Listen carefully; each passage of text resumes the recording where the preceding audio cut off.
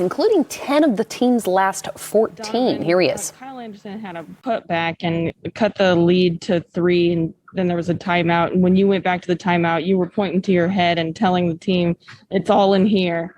How much of the end of that game was a mental battle versus a physical? I think the biggest thing, I think a lot of it was mental. That's what I was kind of saying to the guys was like, look, we're going to make mistakes, but it's how do we respond to that? And we understood that this team is going to come back. We can go up 20, 30 against the team. They're going to come back. They just have that will about them, and hats off to them for that. But it's all about the mental part, locking in, executing, and then also responding to adversity when you make mistakes, when you miss 3 shots in a row, when they make 5 shots in a row. That's what the playoffs are. That's what it's going to come down to. And I felt like from the bubble, like we had mental lapses, 3 straight games, and I think this is a game where we come out, they go on a run and we come out and I think it was like 16-4 or 12-2, whatever it was. Like that's the mental fortitude we need to have on both ends of the floor. Mike coming in, getting a huge rebound, Rudy going up vertical, getting the block. Like that's huge, because we could have easily put John on the free throw line, giving up a second chance points. Like that's all it was. And we did a really good job of that when it mattered but now we got to do it every possession, because we can't let them back in the game. They're going to continue to fight, and we got to be able to withstand the runs and not let them go up 1 for us to be like, oh, shoot, like we got to go ahead and lock in. Tony Jones, The Athletic. What were you seeing personally in the closing minutes for you in those closing possessions? And, how big were those possessions for you individually as well as for the team, just overall in the team concept?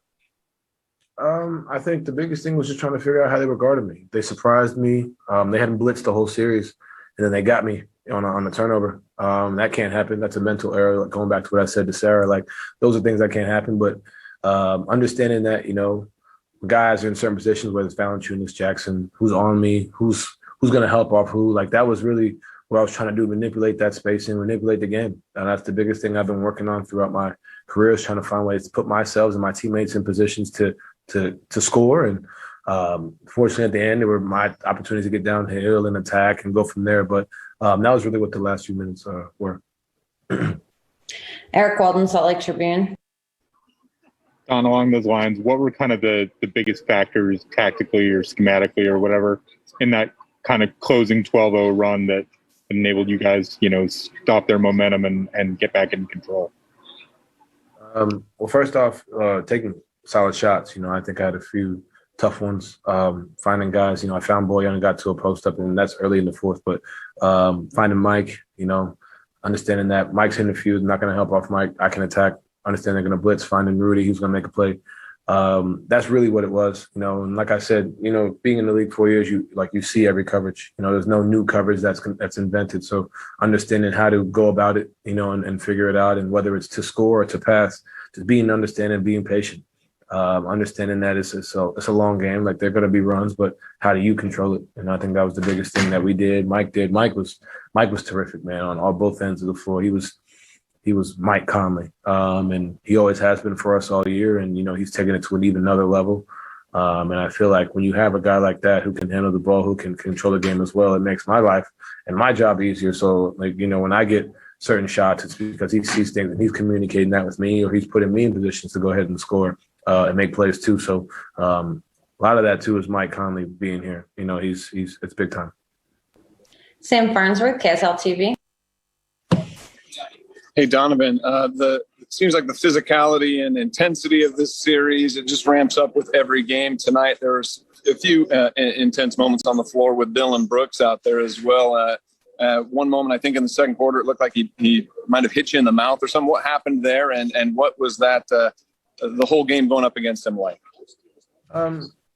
We've had this all year, myself, him, everybody. Like that's just who he is. He's a guy that goes out there and is competitive.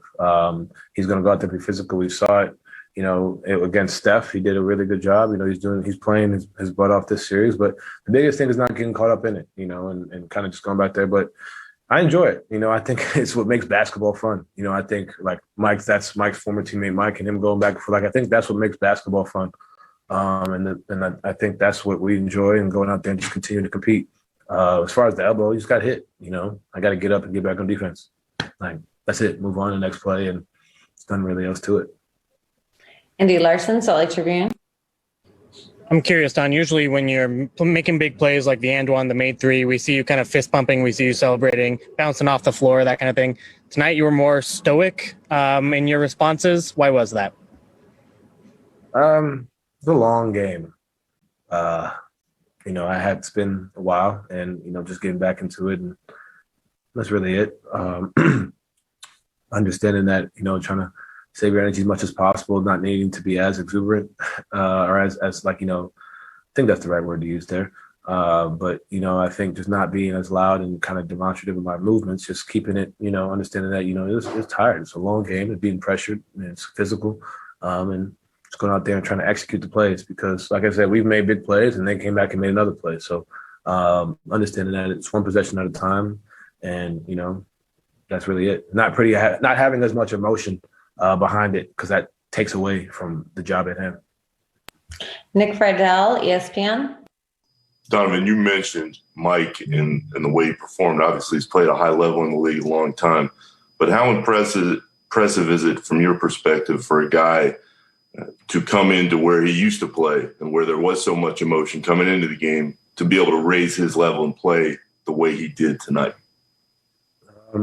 I think, the biggest thing, man, is he's just locked in. Like, he just has a different look, I think. And that's one of the things that I saw from him in the bubble, and I've seen it at an even higher level now. He understands it. He's played for Memphis for 13 years. Like, at the end of the day, there's still love, and you can see it. And there's also love in competing against him. And I think it is impressive because it's easy to be distracted.